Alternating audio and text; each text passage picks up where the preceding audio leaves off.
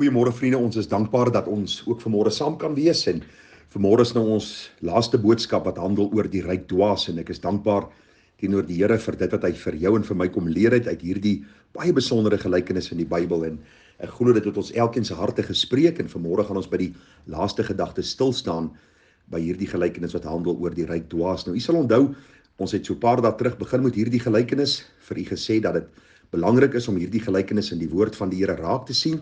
Want die hoofboodskap in hierdie gelykenis gaan juis oor die gedagte dat hierdie man wat die versoek aan die Here Jesus gerig het, hier in Lukas 12 vers 13, dat sy broer die erfenis met hom moet deel, was eintlik 'n probleem wat hy in sy hart gehad het. 'n Probleem van hebsug, soos die Bybel vir ons in vers 15 van Lukas 12 sê. Hierdie man het 'n begeerte gehad na meer. Die Engels sê greedy, a desire to have more, of gierigheid, soos die Bybel dit noem. En dis wat eintlik die saak wat die Here Jesus kom aanspreek het. En toe hy klaar hierdie man aangespreek het en die skare dit gehoor het, toe vertel die Here Jesus die gelykenis van die ryk dwaas. Nou vriende, uit die ryk dwaas se lewe het ons na so 4 gedagtes alreeds gekyk, dat hierdie ryk dwaas se eerste groot fout was, dat hy net aan homself gedink het, en dan die tweede groot fout wat hy gemaak het, was dat hy die genot en gemak van die hier en nou as die belangrikste in sy lewe geag het. Ons het gekyk na die derde gedagte, dat die ander fout wat hy gemaak het, dat hy sy skepingsdoel gemis het, en u sal onthou, ons het daar die vraag uit die Westminster Katekisme uitgehaal, en die vraag, what is the chief end of man? Man's chief end is to glorify God and enjoy him forever. Ons het 'n bietjie daaroor gepraat, is oor hoe hierdie man sy skepingsdoel gemis het. Ons het gister gekyk na die gedagte, dat die 4de fout wat hy gemaak het, hy het God nie in ag geneem nie. Hy het nie besef dat alle goeie gawes daal van God af neer nie. En hierdie man het God nie in ag geneem nie, en hierdie man het 7 maal gesê, ek sal, en alles wat hy gesê het nie gerealiseer nie. Dit wat hy gesê het nie gebeur nie, want die Here het vir hom gesê, jou dwaas, in hierdie aand sal ek jou siel van jou afeis. En ek het vir u gesê, ons beter God in ag neem. As God praat, dan moet ons luister. Hierdie woordjie dwaas, het ek vir u gesê, is 'n sterk woord wat die Here gebruik het. In die Engels staan dit bekend as your fool, of hierdie man het foolish opgetree, soos ons gister hierdie woordjie aan u verklaar het. Die ander verklaring van hierdie woordjie is, hy was stupid in sy optrede. Hy was soos iemand sonder rede gewees. En dit het ek vir u gesê, in ons samelewing sou ons so 'n man beskou het as 'n suksesvolle, ryk sakeman, 'n vooraanstaande in die gemeenskap, 'n persoon wat iets bereik het of behaal het. In die oë van God was hy sonder verstand. Waarom? Omdat hy ryk was? Nee. Ek het vir u gesê, nie omdat hy rykdom besit het nie, maar omdat rykdom hom besit het. Hy het God heeltemal buite die prentjie uitgeskuif. En hierdie man het net gefokus op homself en op sy rykdom. En die Here sê vir hom, luister, jy kan nie eens 1 el, jy kan nie eens 'n oomblik by jou lewe voeg nie.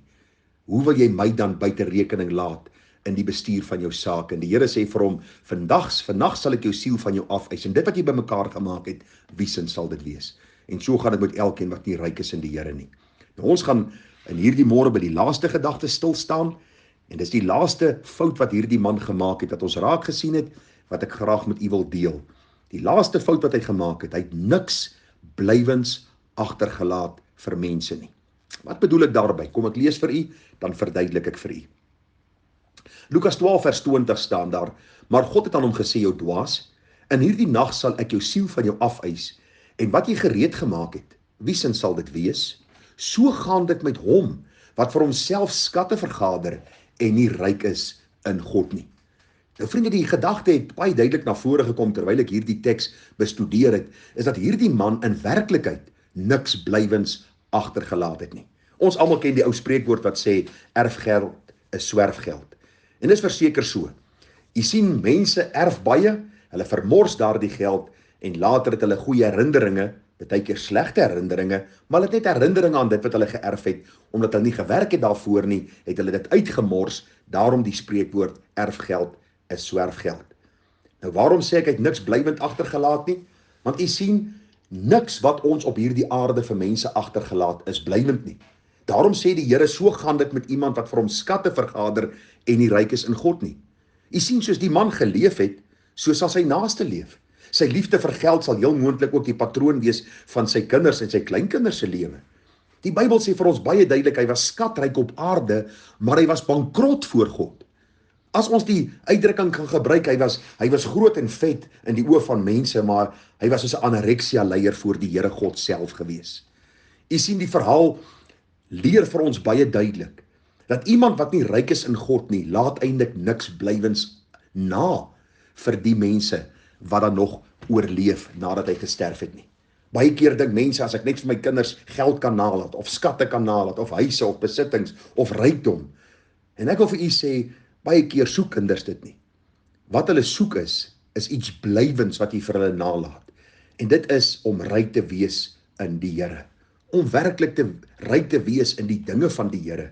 Daarom kom die sterk aanbeveling alreeds in die Ou Testament, in Deuteronomium 6 vers 6, waar die Here deur Moses vir die volk sê, en hierdie woorde wat ek jou vandag beveel, moet in jou hart wees. Eerste plek, God se woord moet in jou hart wees. As jy 'n besigheidsman is, luister vanmôre meneer besigheidsman, God se woord moet in jou hart wees. As jy 'n suksesvolle boer is, God se woord moet in jou hart wees. As jy 'n goeie entrepreneur is, moet God se woord in jou hart wees. Wat ook al jou stand in die samelewing en hoeveel jy ook al bymekaar gemaak het, luister, God se woord moet in jou hart wees. As jy iets blywends vir die nageslag wil nalat. As jy iets wil nalat wat vir hulle tot in ewigheid toe iets sal beteken. Die Bybel gaan verder in Deuteronomium 6 vers 7. Die woord moet net nie in jou hart wees nie. Jy moet dit jou kinders inskerp en daaroor spreek as jy in jou huis sit en as jy op die pad is en as jy gaan lê en as jy opstaan. Ook moet jy dit as 'n teken bind op jou hand en dit moet as 'n voorhoofsband tussen jou oë wees. En jy moet dit op die deurposte van jou huis en op jou poorte skryf. Met ander woorde, God moet sentraal in jou lewe wees, sy woord moet sentraal in jou lewe wees, jou kinders moet dit sien, jou vrou moet dit sien, jou bure moet dit sien, jou werkskollegas moet dit sien, elkeen wat met jou in aanraking kom, moet sien en hoor en verstaan, dat God nommer 1 in jou lewe is. En as jy die dag sterwe, dan laat jy iets blywends vir die nageslag na.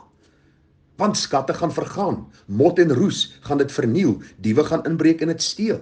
Daarom sê die Bybel, waar jou skatte sal jou hart wees.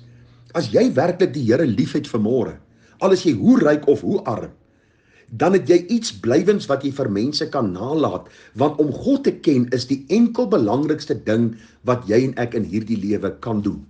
Dis om hierdie God te ken, deur hom geken te word, om te wandel in sy voetspore, om ander te beïnvloed vir sy koninkryk, sodat die dag wanneer jy sterwe, jy kan sê, ek het die goeie stryd gestry, ek het die wedloop volëindig, ek het die geloof behou, en ek het 'n nalatenskap wat ek vir my mense kan gee.